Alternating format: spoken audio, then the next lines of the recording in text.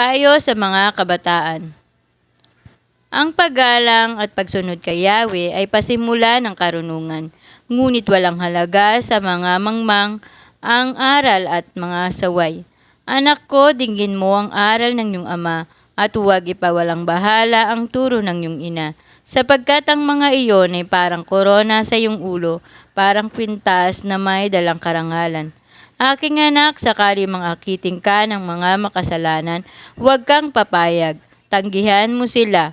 Kung ang sabihin nilang halika, tayo ay mag-abang, bilang katuway, daluhungin ang mga walang malay. Sila'y ating dudumugit, walang awang papatayin, at sila ay matutulad sa patay na inililibing. Ating sasamsamin ang lahat nilang kagamitan, bahay natin mapupuno ng malaking kayamanan.